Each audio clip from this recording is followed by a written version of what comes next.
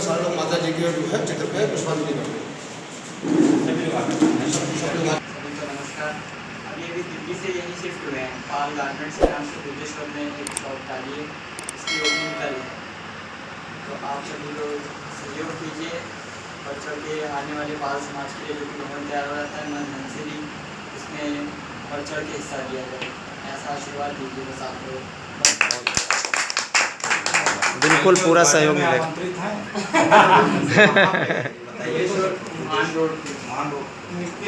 किस नाम से है दुकान भैया? राजेश का होटल है जो बीहोप के पास डोरीलाल सभासद जो है, डोरीलाल सभासद के जस्ट आगे जाएंगे, वहाँ मतलब वहाँ की तरफ पाल ज्वेलर्स वाली पट्टी पे। हाँ, पाल ज्वेलर्स, रामदास पाल ज्वेलर्स वाली जो है वही दुकान है।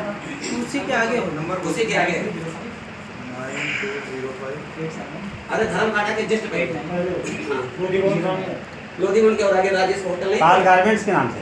बहुत अच्छी बात भैया, कल के पहले भैया आपको बहुत राष्ट्रीय अध्यक्ष जी जानकार साहब हैं और वो भी अपने समाज से जुड़े हुए हैं। जो वो स्ट्रगल कर रहे हैं, जो इनका इतिहास है, शायद लोगों को पढ़ना भी चाहिए। और उनको मान के आज हम देखें तो उत्तर प्रदेश में दो पार्टियां जो सर्वाइव कर रही हैं, जातिगत राजनीति कर रही हैं, और उन पार्टियों में हम लोग राजनीति भी कर रहे हैं, उसको देखते हुए धक्का भी खा रहे हैं। तो इस एंगल से हम युवाओं को एक मूवमेंट बदलना चाहिए कि अगर मेरे बड़े भाई ने सपा में राजनीति करी और वो आज यथास्थिति उसी जगह पे है, तो मैं इस सब चीज़ों का आकलन करते हुए मैं जानकार साहब के साथ हूँ। और मेरा प्रयास ये है कि समाज इस चीज़ को समझे भी कि अपना एक दल और एक घर, एक भवन निर्माण हो रहा है, ऐसा ही एक भवन अपना पार्टी में भी होना चाहिए, तो समाज का भला तेजी से होगा। रीजन ये है कि हम आज इस भवन निर्माण के लिए क्यों बात कर रहे हैं कि हमारे पास उठने बैठने के लिए अपना घर नहीं है। अगर वो होता तो हम और अच्छे से अपनी बात रख पाते। तो इसी प्रकार एक राजनीतिक दल भी होता तो शायद हम जो प्रशासनिक सेवा है उसको और अच्छे से हमारे समाज को और अच्छे से लोग हैंडल कर पाते, लोगों को जागरूक कर पाते। माँ साहब ने भी विस्तार से बताया कि हम कैसे टीचर हुए हैं और कैसे अपने को व्याख्यान करते हैं। तो अपना भी अगर कोई दल होगा तो अपने को लेके हमेशा चलेगा।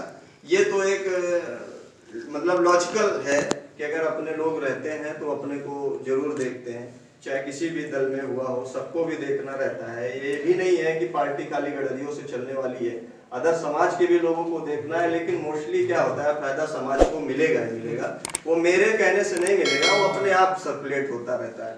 कोई भी योजना होगी, आज वो जानकार साहब राष्ट्रीय समाज की बात कर रहे हैं, तो राष्ट्रीय समाज को हमेशा ये कहते हैं कि हम जो शेफर्ड कौम है वो नेशनल कौम है।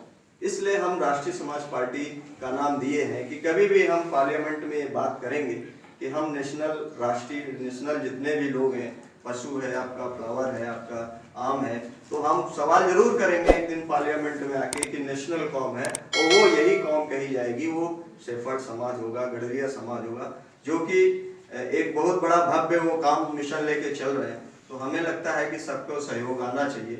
ये मेरा व्यक्तिगत नहीं है कि मैं जिला अध्यक्ष हूँ, ये सबका है, सब लोग जिला अध्यक्ष हैं, सबका समाज का, सबकी पार्टी है ये। तो मेरा उद्देश्य यही है, बस इतना।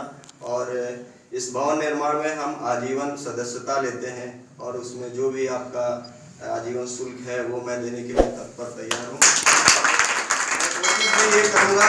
मैं कोशिश भी करूँगा। जानकार साहब ने लखनऊ भवन निर्माण में 2 लाख रुपए दिया है, कानपुर में 1,100,000 लाख रुपए वहाँ दे गए हैं। तो प्रयास ये होगा कि जानकार साहब यहाँ भी आएंगे तो हम कुछ न कुछ यहाँ खुराफात करेंगे। तो मेरा ये प्रयास ये है कि सब लोगों की पार्टी है और सबका सहयोग होना चाहिए। हम सबके साथ हैं, छोटे भाई हैं और हम बड़े भाइयों का सम्मान करते हैं। इसी के साथ अपनी बात को बहुत धन्यवाद है कमलेश जी को। बहन की आर्थिक खराब है, हम उसके बच्चे को दूध दे सकते हैं, घर में नहीं रख सकते तो कम से कम उसको ये संकल्प दे सकते हैं कि हम इसकी पढ़ाई का खर्च हम उठा लेंगे अगर हम सक्षम हैं। तो इस तरह की समाज सेवा की शुरुआत हम अपने घर से कर सकते हैं। जब हमारे घर से शुरुआत हो जाएगी तो हम उसको विस्तृत रूप दे सकते हैं।